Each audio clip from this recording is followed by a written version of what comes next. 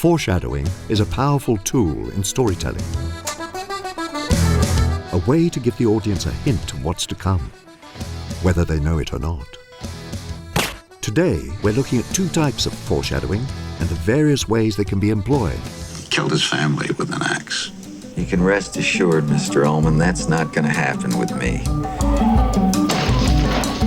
Here's Johnny! This is What is Foreshadowing? Subscribe to Studio Binder to stay up to date on all our new filmmaking videos. Be warned, we will be spoiling the following movies. Let's begin. What exactly is foreshadowing? But no one's ever seen it. They keep a monster in the basement, right next to a huge steaming bowl of foreshadowing. Foreshadowing is a literary device used to give an indication or hint of what is to come later in the story. The term has been used since the 16th century, but the technique can be found in some of the earliest written stories, like in the Epic of Gilgamesh, when Enkidu's dream foreshadows his own death at the hands of the gods. Foreshadowing is a highly useful narrative tool, and we can see it in every genre. It creates cohesive storytelling.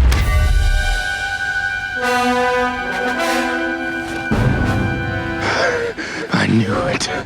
Builds anticipation for future events. You're not going to tell me how you're planning to get out of here, are you? I'm gonna walk right out the front door. Anything else? And makes the ultimate payoff feel all the more earned.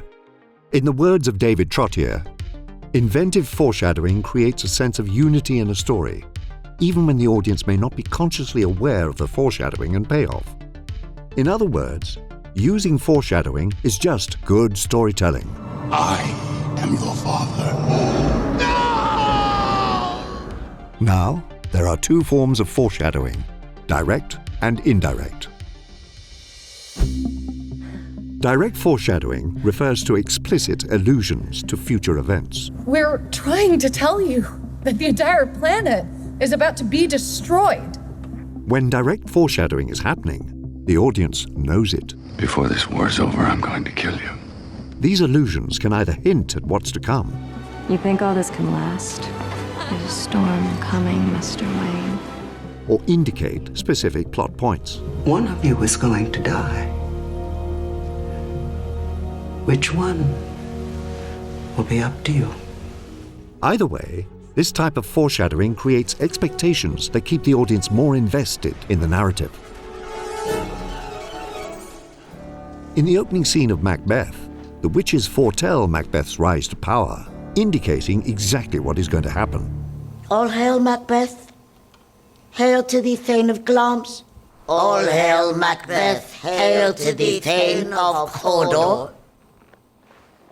All hail, Macbeth, that shalt be king hereafter. You might think that this revelation spoils the plot, but the story of Macbeth is less about the power he obtains and more about what he does to obtain it. These indications allow the audience to focus more on the journey rather than the outcome itself. What's done is done. We have scorched the snake, not killed it. In Frozen, direct foreshadowing merely hints at the story's resolution. When Anna is cursed, she is also told how she can be saved. Only an act of true love can thaw a frozen heart. An act of true love? A true love's kiss, perhaps?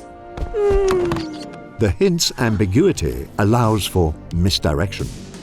Anna and the audience expect a romantic love, but the love that cures her comes from an unexpected source.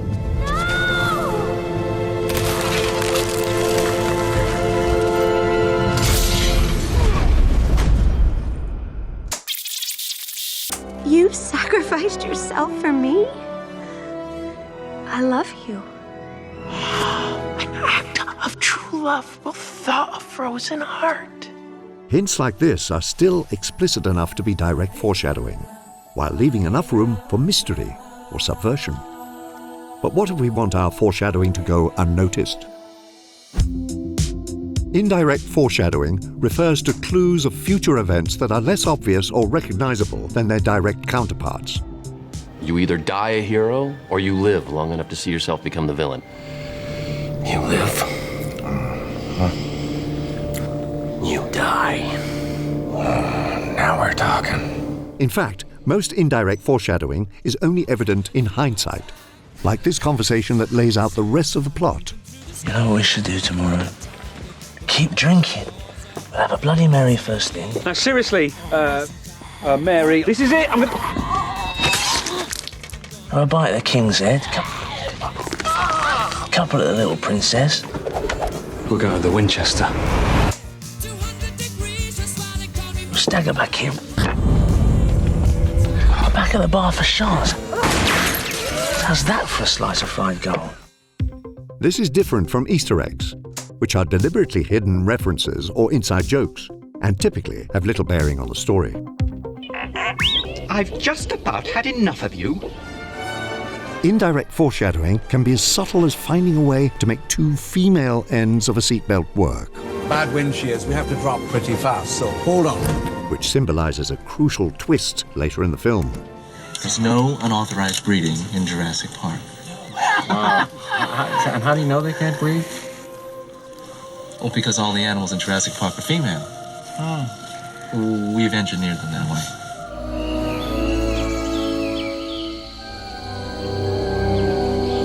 I found a way. But the technique can also be blatant. In Midsommar, the first image we see tells us the entire story. First-time viewers have no idea that this mural represents the entire narrative of the film. It is only at the end, or perhaps even a second viewing, that we realize the complete plot was laid out for us. And this is just the beginning of indirect foreshadowing in the film. A tapestry presents the steps needed to create a love potion that will ensnare Christian.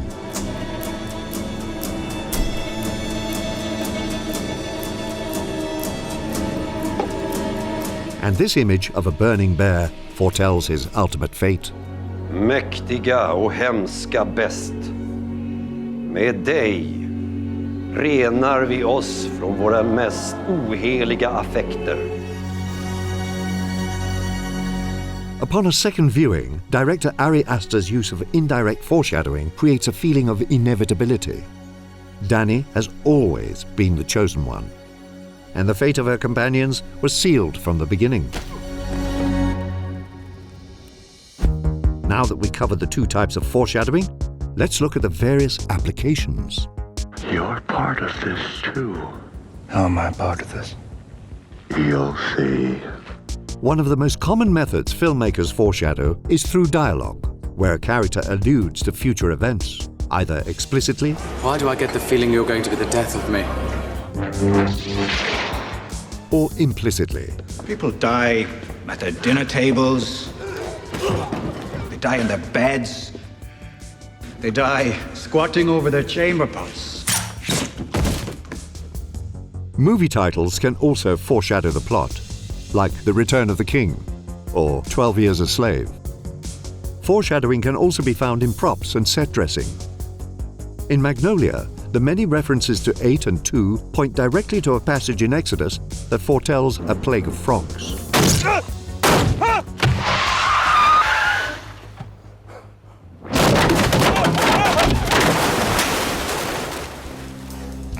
Arguably, the most famous example is Chekhov's gun.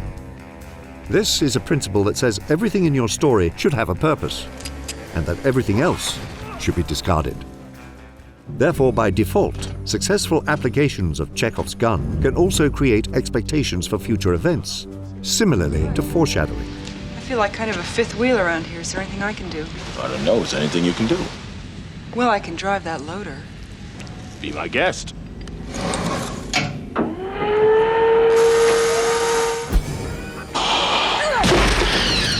For more on this concept, check out our video on the subject.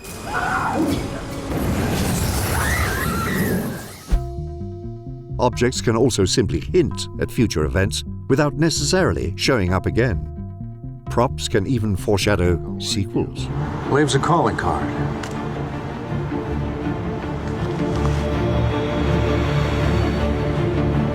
I'll look into it.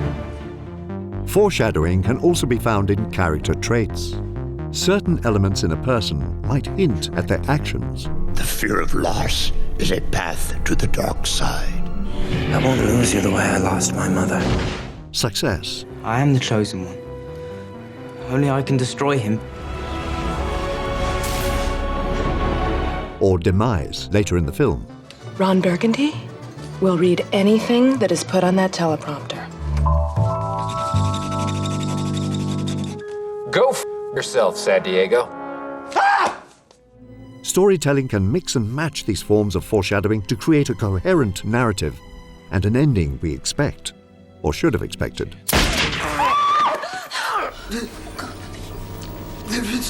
Don't talk. Shh.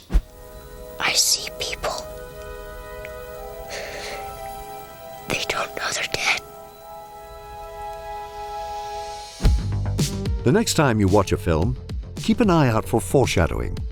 More likely than not, you'll find something, whether it be in dialogue. I don't think you ought to be doing this to yourself, Andy. It's just your pipe dreams. Character traits, or props that hints at the future. And if you don't notice it the first time around, you surely will upon rewatch. What are some of your favorite examples of foreshadowing? Let us know in the comments. See you next time. I should have seen this coming. And next time we'll be better prepared. Well, keep your eyes peeled.